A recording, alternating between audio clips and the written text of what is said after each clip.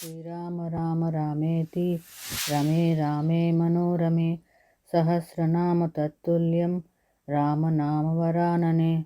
జై శ్రీరామ్, జై శ్రీరామ్, జై సీతారాం. రామాయణ అనుభవం 160వ భాగము.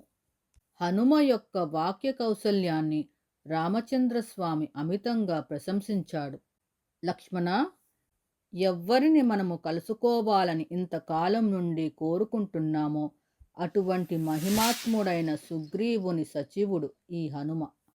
నానృగ్వేద వినీతస్య నాయజుర్వేదధారిణః నా సామవేద విదుష సఖ్యమేవం ప్రభాసితుం నూనం వ్యాకరణం కృత్స్న మనేన బహుదాశ్రుతం బహువ్యాహరతానేన న కించిదపశబ్దితం న ముఖే నేత్రయోర్వ్యాపి లలాటే చ భ్రువోస్తదా అన్యేషపి చ గాత్రేషు దోషః సంవిదితః క్వచిత్.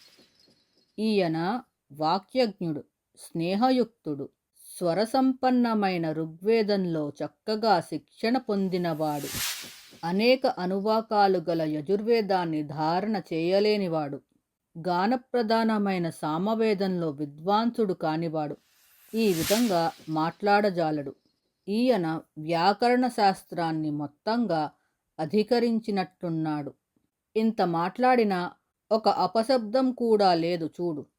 ఈయన సంభాషించినంతసేపు కనుల చూపులలో మనోహరములు కాని, నొసలుపై కాని, బొమ్మల కదలికలలో కాని, ఇతర అవయవాలలో కాని ఏ వికారమూ కనబడడం లేదు. ఈయన మాటలను ఎక్కువగా సాగదీయడం లేదు. అట్లని మధ్యలో మాటలు కచ్చూరు అయినట్లు సంభాషణ అస్పష్టంగా లేదు. మాటలలో తొందరపాటు లేదు. అట్లని మాటల మధ్య అనవసరమైన ఆలస్యమూ లేదు.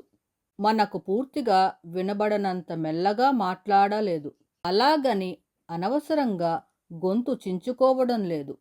మధ్యమ స్వరంలో మృదువుగా, మధురంగా, శుభప్రదంగా, మనోహరంగా ఉంది హనుమ సంభాషణము. హనుమ యొక్క చతుర సంభాషణము వింటే చంపడానికి కత్తి ఎత్తిన ఎంతటి శత్రువైనా కత్తిని దించక మానడు. ఇటువంటి సచివుడున్న ఏ ప్రభువుకైనా అన్ని కార్యాలు సహజంగానే సిద్ధిస్తాయి. శ్రీరామ రామ రామేతి రమే రామే మనోరమే సహస్రనామ తత్తుల్యం రామనామవరాననే.